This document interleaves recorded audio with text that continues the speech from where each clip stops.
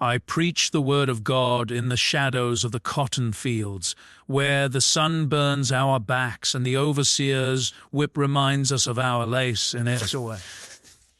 My name is Jacob, and they call me Reverend, though no seminary ever ordained me. I learned my letters from a kind mistress who died when I was 12, and I learned my faith from my mother who sang hymns, even as she bled from the lash. I teach patience. I teach that suffering in this life will be rewarded in the next. I tell my people that faith is our sword and endurance is our armor. Every Sunday evening, when the work is done and the masters retire to their great house, we gather in the old chapel, a crumbling structure of wit and faith, and I remind them that God sees our chains and will break them in his time, not ours. Then Nancy arrived. He came on a Tuesday, chained in the tack of a wagon with 5 others, all of them fresh from the coast, still carrying the salt smell of the Middle Passage. The others were broken, their eyes empty, their spirits crushed by the horror of the journey, but not him. His eyes were alive, dancing with something I could not name. Mischief, perhaps, or madness. He was young, maybe 20 years, with tribal scars on his cheeks and a smile that seemed to mock everything around him, even his own chains. The other slaves whispered that he was named after the spider god of his people, the trickster who outwitted lions and tigers, who stole stories from the sky god himself. I thought it was blasphemy. I thought he was dangerous. Within a week, Anansi had learned enough English to be trouble. He would sit at the edge of my prayer meetings, never joining, always watching with that knowing smile. One evening, after I had finished preaching about the patience of Job, he stood up and spoke. His voice was accented, musical, but his words cut like a blade. He said that in his land there was a story about a spider who was trapped in a jar by a powerful chase. The spider did not pray to be released. He did not wait patiently for mercy. Instead, he convinced the chief's wife that the jar contained a powerful medicine that would make her beautiful forever, but only if she opened it at night under a full moon. She opened it. The spider escaped. The chief blamed his wife. The spider laughed.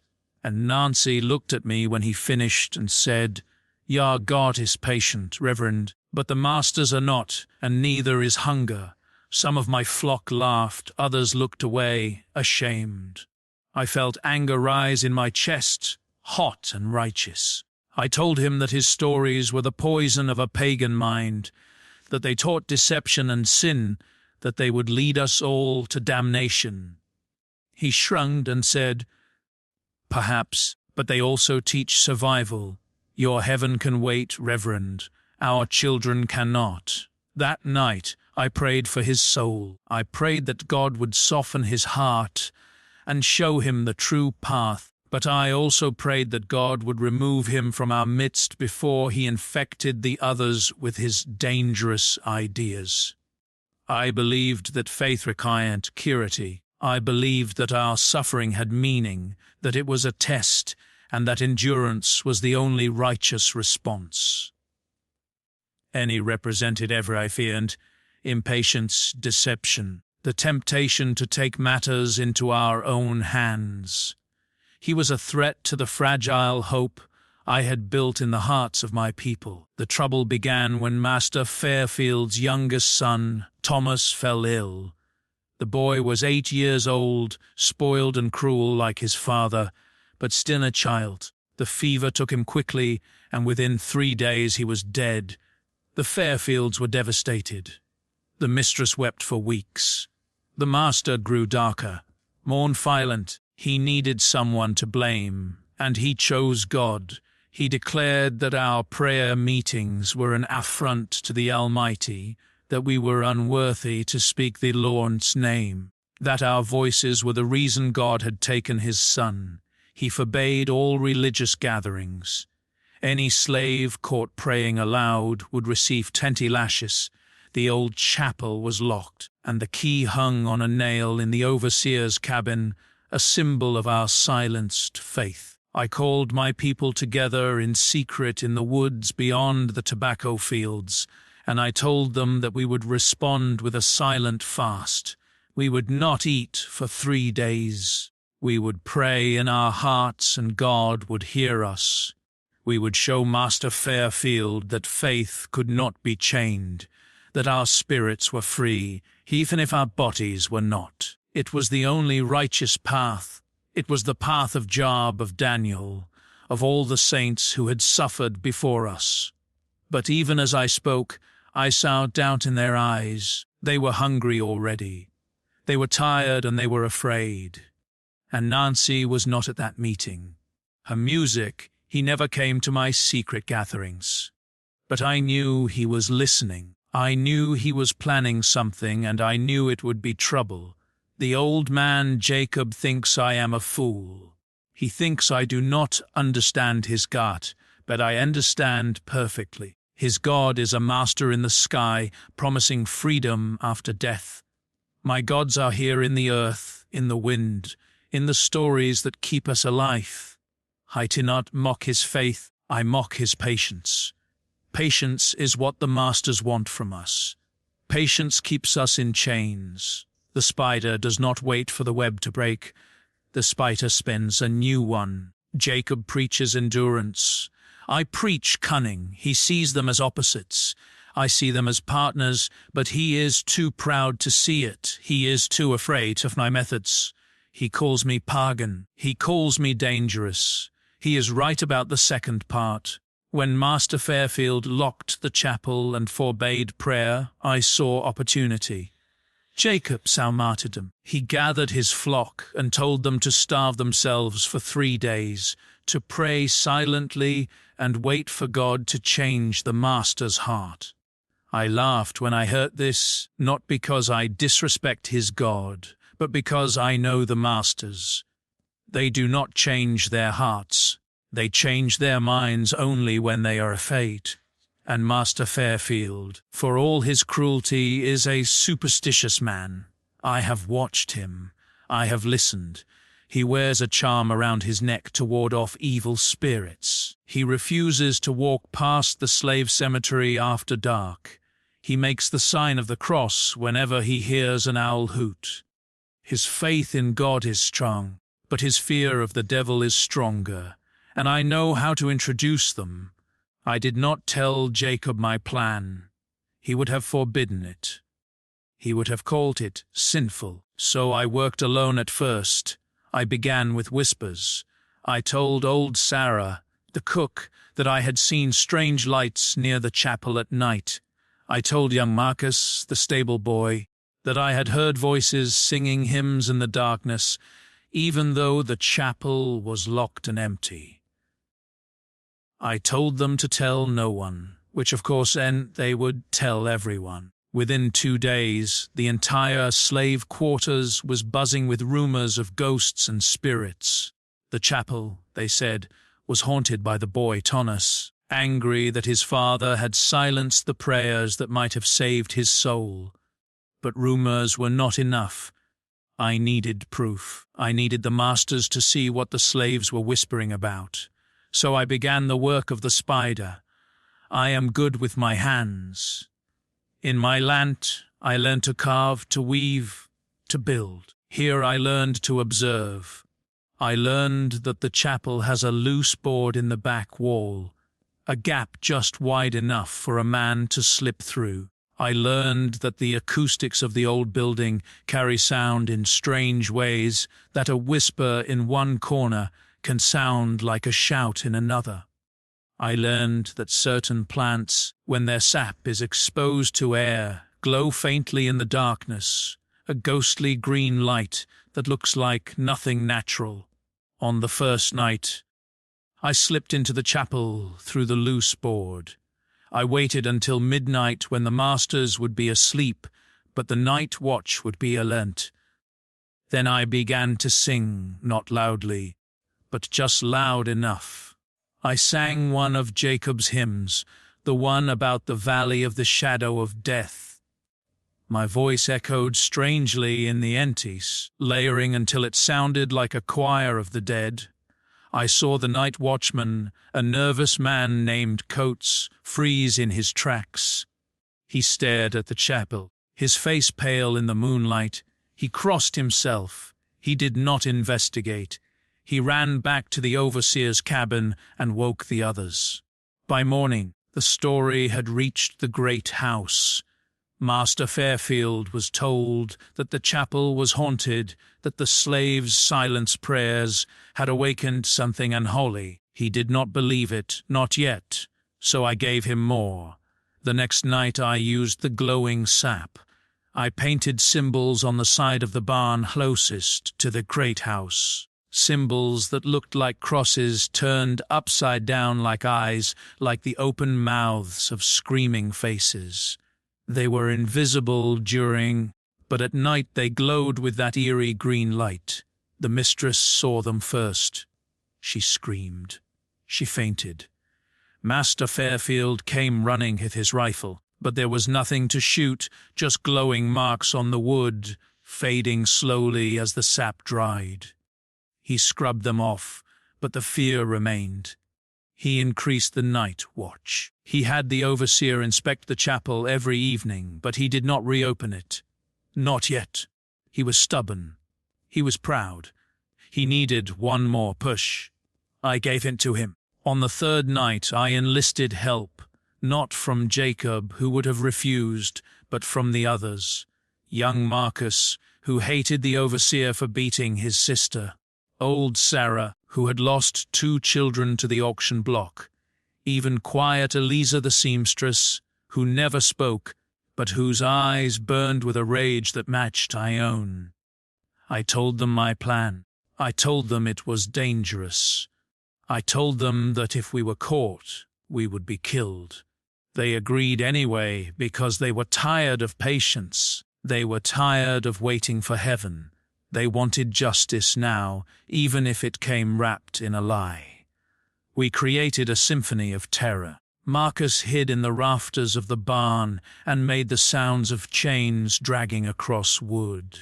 Sarah left a trail of chicken blood leading from the chapel to the great house, as if something had crawled from one to the other. Eliza sewed a crude doll in the shape of a child and left it hanging from a tree near the master's window. Its face painted white, its eyes, and I returned to the chapel and sang again, but this time I sang a song I had learned from my grandmother, a song in my own language, a song that sounded like a curse. The words meant nothing evil. They were a lullaby, but the masters did not know that. They only heard the strangeness, the otherness, the threat.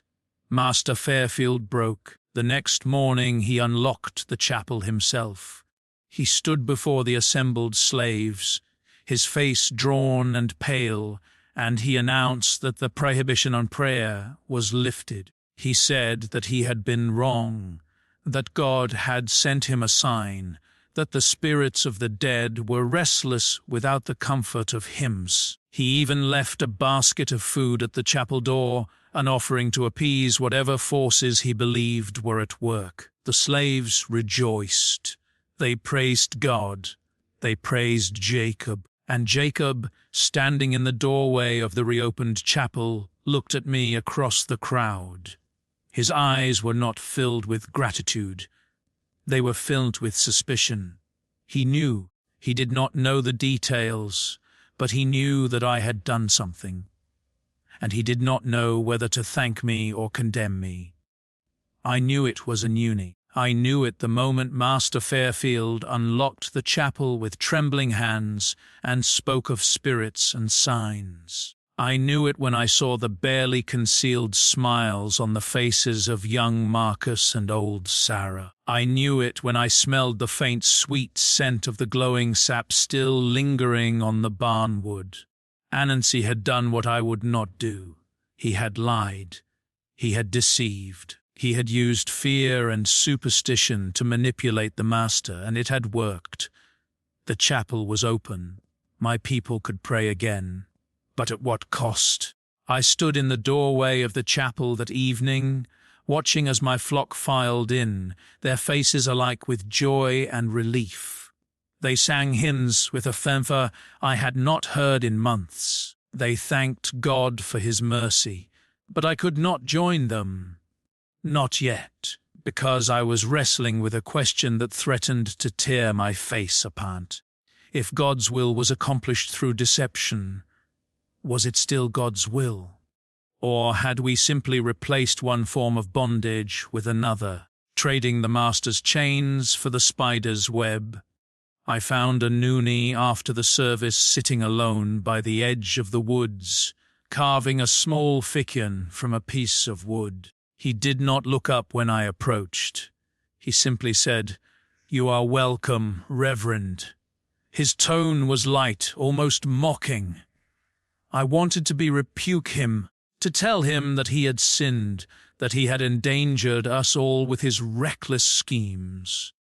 But the words would not come because the truth was hentile. His plan had worked. Where my prayers had failed, his tricks had succeeded. The chapel was open. My people were free to worship, and no one had been hurt. Not physically, at least. I sat down beside him uninvited. For a long moment, neither of us spoke. Then I said, "You put us all at risk. If the master had discovered what you were doing, he would have killed you. He would have killed all of us." A noonie shrugged. "But he did not discover it. And now your people can pray. Is that not what you wanted?" I shook my head. "Not like this. Not through lies and fear. Faith should be built on truth, not deception." He finally looked at me, his eyes serious for the first time since I had met him. "Reverend Jacob, I respect your faith." "I do. But faith alone does not open locked doors. Faith alone does not feed hungry children. Faith alone does not stop the whip. You pray to your God, and that is good. But while you pray, I act, and together we accomplish what neither of us could do alone." I wanted to argue. I wanted to tell him that he was wrong, that that God's timing was perfect even when it seemed slow. But I could not because I had seen the faces of my people that evening. I had seen their joy, their relief, their renewed hope, and I had to admit, if only to myself, that Annie's cunning had given them something my prayers had not, immediate, her music, tangible change. It was a bitter pill to swallow. My entire life I had believed that righteousness and patience were the only paths to freedom. I had believed that any shortcut, any compromise was a betrayal of God's plan. But what if I was wrong? What if God's plan included people like a Nancy? People who were willing to do what I could not, to walk paths I was too afraid to tread. Over the following weeks, I watched Nancy carefully. I watched as he moved through the slave quarters, always listening, always observing, always planning. He never attended my prayer meetings, but he never interfered with them either. Instead, he worked in parallel, a shadow to my light. When the overseer began to suspect that the hauntings were a trick and increased his patrols, Anansi adapted. He taught the others how to move silently, how to create distractions, how to use the master's own decisions against them. He turned fear into a weapon, and he wielded it with precision. But he also made mistakes. One night, he grew too bold. He decided to plant a cursed object in the overseer's cabin, a doll made of straw and feathers meant to make the man believe he was being taunted by dark magic. But the overseer's dog caught Anansi's scent. The man woke and came outside with his rifle. Anansi barely escaped, slipping into the darkness just as the overseer fired a shot that splintered the tree beside him. The next morning, the overseer was furious. He gathered all the slaves and announced that if the prankster did not come forward, He would begin whipping people at random until someone confessed. The fear was palpable. I saw it in the eyes of my flock. They looked at Anansi and they looked at me, and they did not know what to do. Anansi stood silent, his face enraged. I knew he was calculating, weighing his options. He could confess and take the punishment alone, but the overseer would likely kill him. He could stay silent and let others suffer, but that would destroy the fragile trust he had built. Or he could run, but that would bring the hounds and the hunters, and the punishment for the entire plantation would be severe. I saw him tense, preparing to step forward to sacrifice himself, and in that moment I realized something. Anansi was not just a trickster. He was not just a pagan who mocked faith. He was a man who cared deeply for his people, who was willing to do everything for their freedom. He was in his own way as devoted as I was. He just showed it differently. Before Anansi could speak, I stepped forward. I said, "It was me." The overseer laughed, a cruel, disbelieving sound. "You, Reverend, you expect me to believe that the preacher man is sneaking around at night playing tricks." I met his eyes and did not flinch. "I expect you to believe that I am confessing, and according to your own rules, a confession ends the investigation." The overseer's smile faded. He was trapped by his own logic. If he rejected my confession, he would have to continue the random whippings, which would anger Master Fairfield, who valued productivity over punishment. If he accepted it, ham music, he would have to punish me, which would also anger the master, who knew that I kept the slaves docile and obedient through my creation. He stared at me for a long moment, then spat on the ground. 10 lashes, he said, "and if I catch you again, it'll be 50. They tied me to the post in the center of the yard. The overseer raised the whip. I closed my eyes and prayed, not for deliverance, but for strength. The first lash was fire across my back. The second was worse. By the 5th, I could barely breathe. By the 10th, I was barely conscious. They cut me down and left me in the dirt. I felt hands lift me, gentle and careful. I opened my eyes and saw Amy's face, his expression no longer mocking, no longer distant. He looked stricken, almost guilty. He carried me to the chapel and laid me on the floor. Old Sarah brought water and cloth. Young Marcus stood guard at the door, and Anansi, the trickster, the pagan, the man I had called dangerous, knelt beside me and said, "Why did you do that? You did not have to protect me." I managed a weak smile.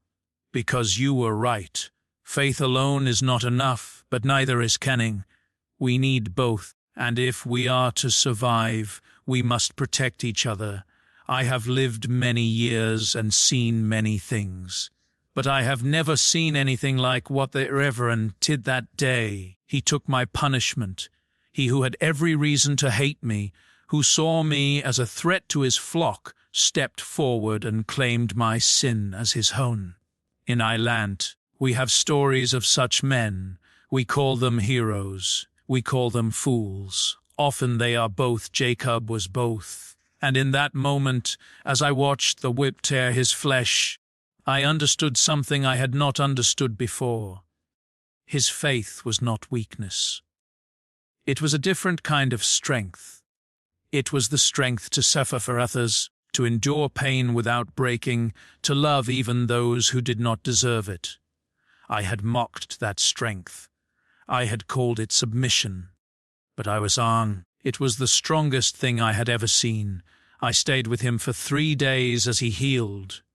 Old Sarah brought food and medicine. Young Marcus kept watch. Eliza prayed quietly in the corner, her lips moving in silent hymns. And I sat beside Jacob, changing his bandages, bringing him water, listening as he drifted in and out of consciousness. Sometimes he spoke to me. Sometimes he spoke to his God. Often he spoke to both, as if we were one and the same. He told me about his mother who had been sold away when he was 10. He told me about the mistress who had taught him to read, who had shown him kindness in a world of cruelty. He told me about the first time he had preached, standing on a tree stump in the middle of the cotton field, his voice shaking, but his words strong. He told me that he had always believed that faith was enough, that if he just believed hard enough, prayed long enough, endured patiently enough, would set them free. But now he said he was beginning to understand that maybe God's plan included people like me, people who did not wait for miracles, people who made them happen. On the third day, he was strong enough to sit up. I helped him to the chapel door, and we sat together in the evening light watching the sun set over the fields. He said, "I have been thinking about your stories, Annie, about the spider and the jar, about the trickster who outsmarts the powerful. I used to think things were sinful, that they taught deception and pride. But now I see them differently. They teach survival. They teach that the weak can overcome the strong, not through force, but through cleverness. And maybe that is a kind of faith too. Faith that we are not powerless. Faith that we can change our circumstances even when they seem unchangeable." I smiled. "And I have been thinking about your God, Reverend, about the faith that keeps you strong even when the whip falls. I used to think it was foolishness, that it made you passive and weak. But now I see it differently. It gives you courage. It gives you hope. And maybe that is a kind of cunning, too. Cunning that keeps the spirit alive even when the body is in chains." He laughed, then winced as the movement pulled at his wounds. "So we are both right, and we are both wrong." I nodded. "Yes, but together we are something more. You inspire them with faith. I give them the tools to act on that faith. You teach them to endure. I teach them to resist alone. We are incomplete. Together we are dangerous." He looked at me, his eyes serious. "Dangerous to whom? To the masters or to ourselves? I consider this. Both, perhaps. But is that not the nature of freedom? It is always dangerous. It always comes with risk. The question is whether we are willing to take that risk." He nodded slowly. "I am willing. But we must be careful. We must be smart. Your tricks work because they are unexpected, because the masters do not see them coming. But if we take an eclipse, if we act without thinking, we will not only fail, we will bring destruction on everyone. So if we are to do this, if we are to work together, let's trust each other. You must trust that I will not let my faith make me passive, and I must trust that you will not let your cunning make you reckless." I extended my hand. "Agreed, Reverend. You have my word." He took my hand, his grip weak but steady. "And you have mine."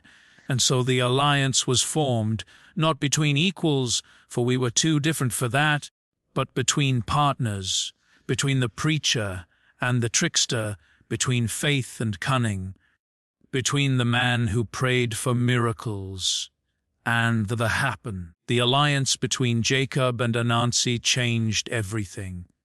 It changed the way the slaves saw themselves. It changed the way they saw their masters, and it changed the balance of power on the Fairfield plantation. Jacob continued to preach every Sunday, his sermons filled with the language of faith and endurance. But now woven into his words were subtle messages of resistance. He spoke of Moses, who did not just pray for freedom, but led his people out of Egypt. He spoke of David, who did not wait for God to defeat Goliath, but picked up a stone and did it himself. He spoke of Esther, who used her position and her cunning to save her people from destruction. The slaves listened and they understood. Faith was not passivity. Faith was the courage to act, and while Jacob preached and Nancy worked, he taught the others his tricks. He showed them how to sabotage the tools so they would break at inconvenient times, slowing down the work without making it obvious. He taught them how to ruin crops in ways that looked like natural blight. He showed them how to steal food from the storehouse without leaving evidence, how to communicate in codes that the overseers could not understand, how to create fear in the hearts of the masters without ever being caught. The plantation became a place of subtle rebellion, a place where the slaves were no longer just victims, but actors in their own story. Master Fairfield noticed the changes, but he could not pinpoint the cause. The work was slower, but not slow enough to justify severe punishment. The crops were failing, but the weather had been poor, so it could be explained. Strange things continued to happen. Tools went missing. Animals escaped from their pens. The overseer's horse threw a shoe at the worst possible moment, but there was never any proof, never any clear culprit. The master grew paranoid. He increased the patrols. He brought in a new overseer, a harder man with a meaner reputation. But it did not help because the slaves were united now, bound together by a combination of faith and cunning, of hope and action. They were no longer just enduring. They were fighting back. But the alliance was not without its tensions. Jacob and Anansi argued constantly. Jacob wanted to move slowly, to be cautious, to ensure that no one was put at unnecessary risk. Annie wanted to push harder, to take bigger risks, to strike fear into the hearts of the masters until they were too terrified to maintain control. They fought about methods, about timing, about philosophy. But they also learned to listen to each other.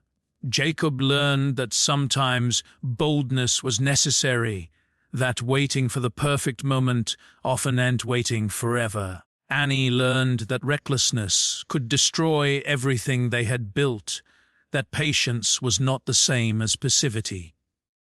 They balanced each other, they challenged each other, and together they became more effective than either could have been alone. The turning point came 6 months after the chapel was reopened. Master Fairfield announced that he was selling 10 slaves to pay off a debt. 10 people torn from their families sent to the deep south, where the work was harder and the life expectancy shorter. It was a death sentence. The slaves were devastated. Jacob called an emergency prayer meeting. He stood before his flock, his face grave, and he said, "This is the moment we have been preparing for. This is the moment when we must decide who we are. Are we sheep led to the slaughter without resistance? Or are we children of God, worthy of freedom, and willing to fight for it?" The slaves murmured, uncertain. They wanted to fight, but they did not know how. They were afraid, and they had every right to be. Anansi stood up. He said, "The Reverend is right. This is the moment. But we do not fight with fists or weapons. We fight with fear. We make Master Fairfield believe that selling those 10 people will bring a curse upon his house. A curse so terrible that no amount of money will be worth it." Jacob looked at him, and for a moment I thought he would object. But then, "Isaac, tell us your plan, Anansi, and we will decide together if it is wise." Annie smiled. That familiar, mischievous smile that I had come to recognize as the prelude to something brilliant and dangerous. He laid out his plan. It was audacious. It was risky.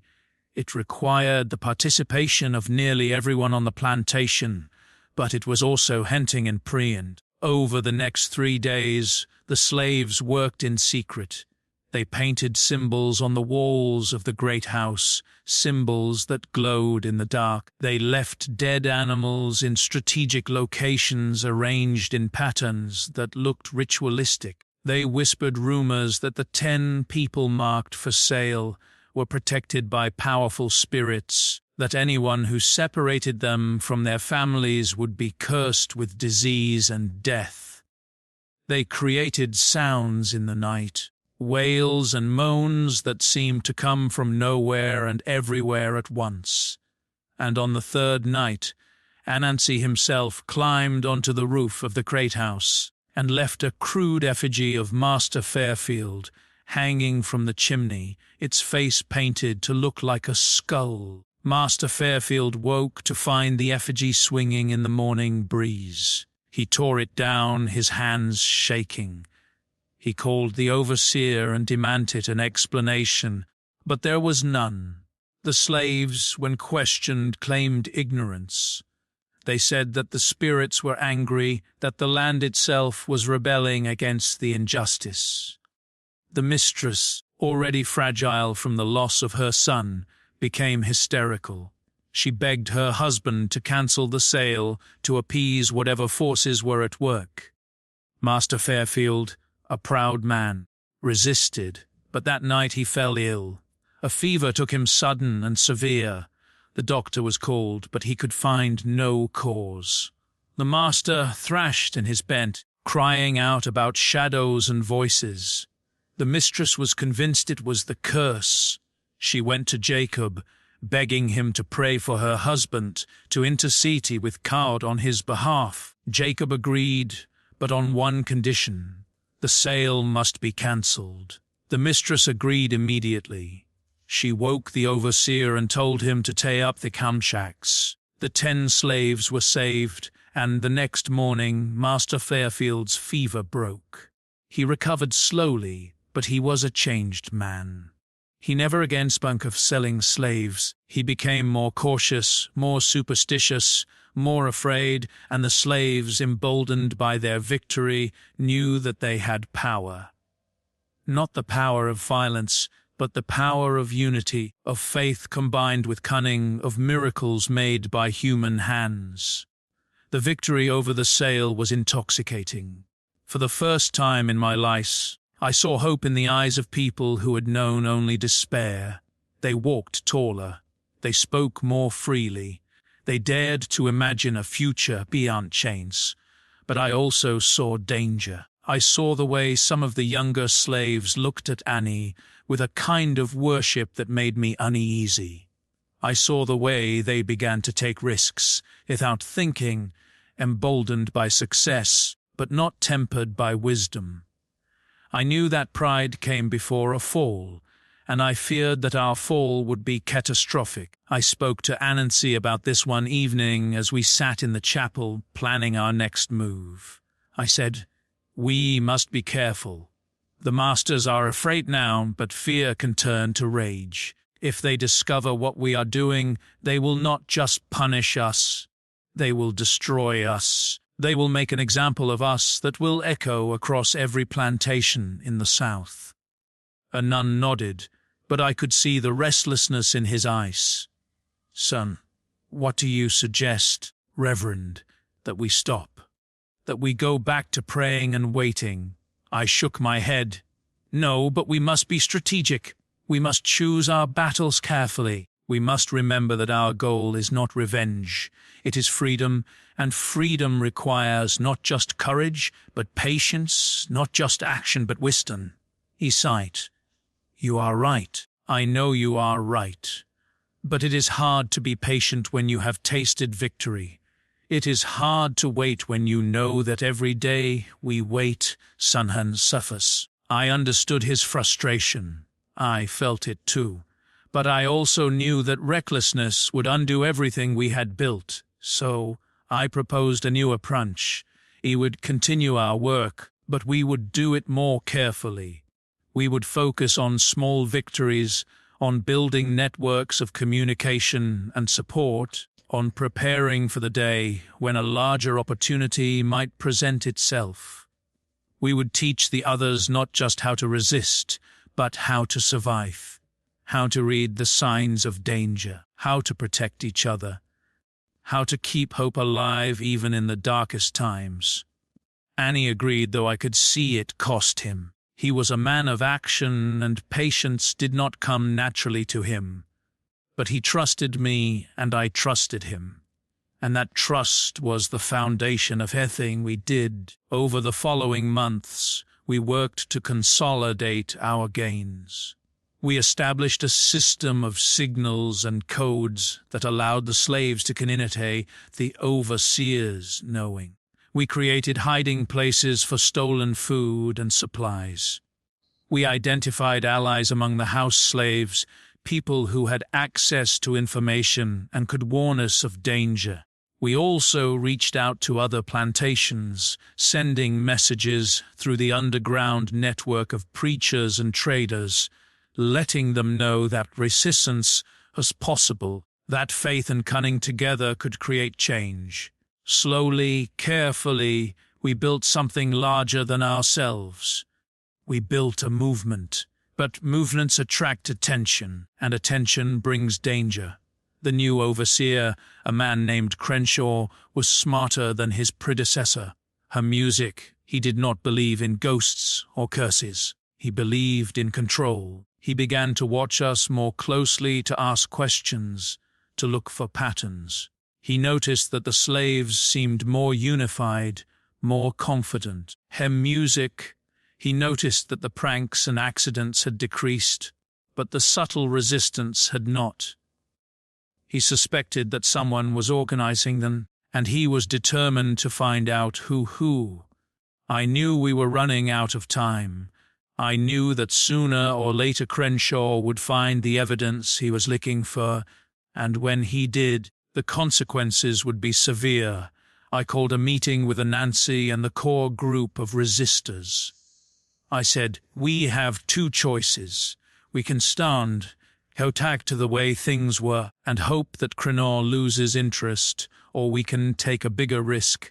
We can plan something so bold, so decisive that it will either secure our freedom or end in our destruction." The room was silent. Everyone understood the stakes. Finally, Nancy spoke. "What do you have in mind, Reverend?" I took a deep breath. "I think it is time we stopped playing tricks. I think it is time we planned an escape, not just for a few of us, but for everyone who wants to go. We use everything we have learned, all the networks we have built, all the skills we have developed. We plan it carefully, we execute it perfectly, and we trust that God and our own cunning will see us through." The room erupted in whispers. Some were excited, some were terrified. And Nancy looked at me with something like respect. "You have changed, Reverend. When I first met you, you would never have suggested something so bold." I smiled. "And you have changed too, Nancy. When I first met you, you would have acted without asking, without planning, without considering the consequences. We have learned from each other, and now together we have a chance, a real chance." He extended his hand. "Then let us take it, let us plan the impossible, and let us make it happen." Ben, planning the escape was the most difficult thing I have ever done. It required coordinating dozens of people, gathering supplies without arousing suspicion, mapping routes through hostile territory, and timing everything perfectly. Jacob and I worked together, combining his knowledge of the land and the people with my skills in deception and misdirection. We argued constantly, but we also listened to each other. He tempered my impulsiveness with caution. I pushed him past his fear of failure. Together, we created a plan that was both audacious and achievable. We decided to time the escape for the night of the harvest festival, when the masters and overseers would be drunk and distracted. We would use this celebration as cover, slipping away in small groups, each taking a different route to avoid detection. We would meet at a predetermined location 10 miles north. a place Jacob knew from his childhood, a place where the forest was thick and the hounds would have difficulty tracking us. But we also knew that not everyone could come. Some were too old, too young, too sick to make the journey. Some were too afraid to take the risk. We told them that we understood that there was no shame in staying, that their support and their silence were just as valuable as their participation. We also knew that the escape would bring terrible Hanses those who remained. Master Fairfield would be furious. He would punish the slaves who stayed perhaps severely. But we also believed that the example of our escape would inspire others, that it would show that freedom was possible, that resistance was not futile. It was a terrible calculus, weighing the freedom of some against the suffering of others. But it was the only calculus we had. The weeks leading up to the escape were tense. Every day I expected Krenor to discover our plans. Every night I lay awake imagining all the ways it could go wrong. But Jacob was steady. He prayed constantly, not just for success, but for courage, for wisdom, for the strength to endure whatever came. His faith was contagious. It spread through the group, calming fears, strengthening resolve. I realized that this was his true gift. Not just the ability to believe, but the ability to make others believe. To make them believe that they were worthy of freedom, that they were capable of achieving it, that God was on their side. I had always thought of faith as passive, as a way of accepting suffering. But Jacob showed me that faith could be active, that it could be a force for change, that it could move mountains if it was combined with action. The night of the harvest festival arrived. The masters and overseers gathered in the great house, drinking and laughing, celebrating the successful harvest. The slaves were allowed a rare evening of rest, and they gathered in the quarters singing and talking. But beneath the surface there was a current of tension, of anticipation. Those who were escaping knew that this might be the last night they ever spent on the Fairfield plantation. Those who were staying knew they were saying goodbye to friends, to family, to people they might never see again. Jacob led a final prayer meeting in the chapel. He spoke of the Exodus, of Moses leading the Israelites out of Egypt, of the parting of the Red Sea. He said, God does not promise that the path will be easy. He does not promise that we will not suffer. But he promises that we will not walk alone. He promises that if we have faith, if we trust in him and in each other, we will reach the promised land.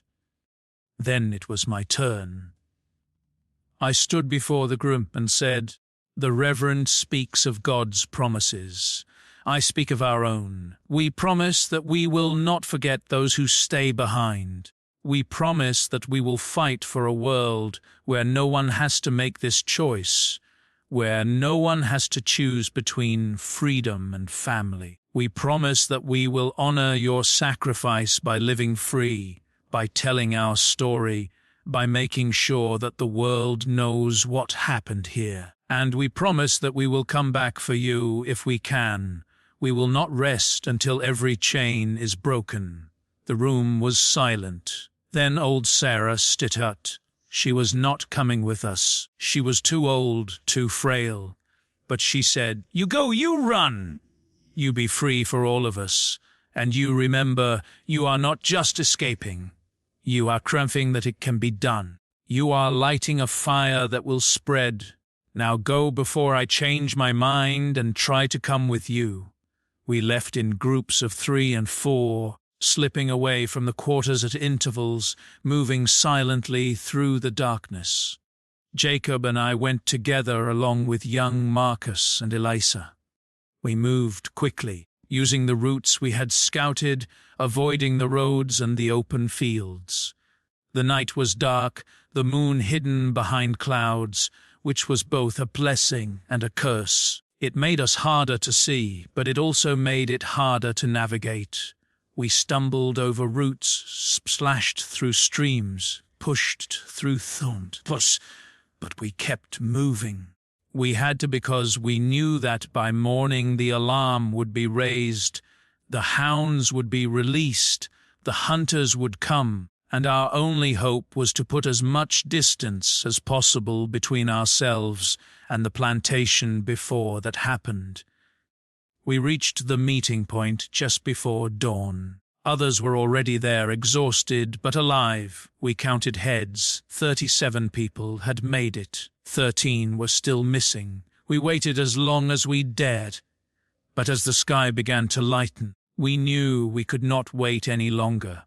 Jacob led a prayer for those who had not made it, asking God to protect them, to give them strength to bring them home.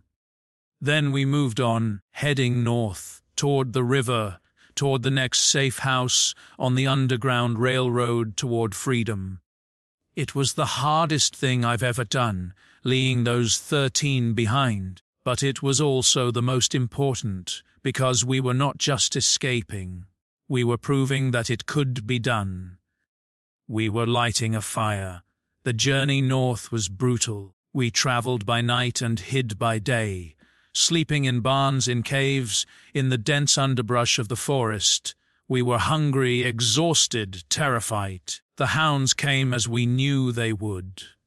We heard them baying in the distance, getting closer.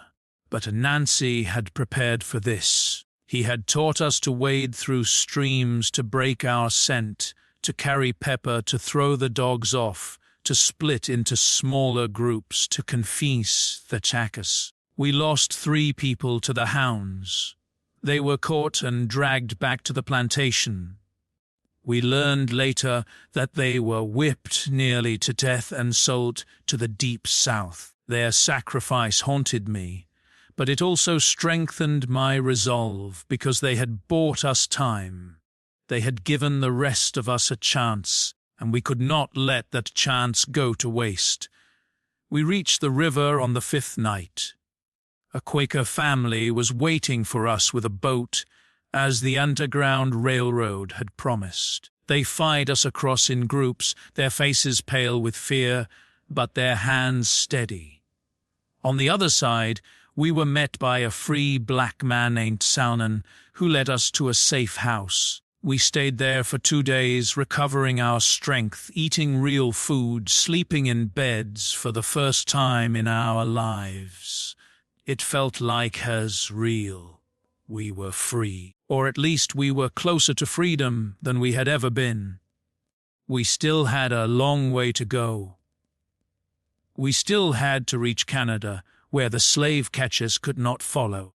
But we had made it this far, and that was a miracle. Anansi and I sat together on the porch of the safe house, watching the sun set over the river, and he said, "We did it, hand music reverend. We actually did it." I nodded. We did, but it is not over. It will never be over. Not as long as there are people still in chains. Not as long as there are plantations like Fairfields, masters like him, overseers like Crinon. We have won a battle, Anansi, but the war is far from finished. He smiled. Then we keep fighting. You with your faith, me with my tricks. Together I smiled back. Together we reached Canada 3 weeks later. 34 fascinated. 3 had been lost along the way, but 34 souls were free. We settled in a small community of formerly enslaved people. A place where we could build new lives, where we could raise children who would never know chains, where we could tell our story and inspire others to fight for their freedom. Jacob continued to preach, but his sermons were different now. They were not just about endurance and patience. They were about action and resistance. They were about the power of faith combined with cunning, of hope combined with courage. And Anansi, he continued to teach his tricks, but he also learned to listen, to plan, to think before he acted. He became a leader in the community, a man who used his intelligence not just to survive, but to help others thrive. Years passed. Jacob and Anansi became legends in the community of free black people in Canada. They were known as the Preacher and the Trickster, the two men who had led the great escape from the Fairfield plantation. They were not always easy partners. They still argued, still challenged each other, still saw the world through different lenses, but they also trusted each other completely. They knew that their differences made them stronger, that their partnership was the key to their success. Jacob taught Anansi about faith, about the power of belief, about the importance of community and compassion. Annie taught Jacob about cunning, about the necessity of action, about the courage to take risks. Together, they became more than the sum of their parts. They became a symbol of what was possible when people united, when they combined their strengths, when they refused to accept the chains that others tried to place on them. But they never forgot those they had left behind. They worked with the Underground Railroad, helping others escape, providing safe houses, spreading information about routes and contacts.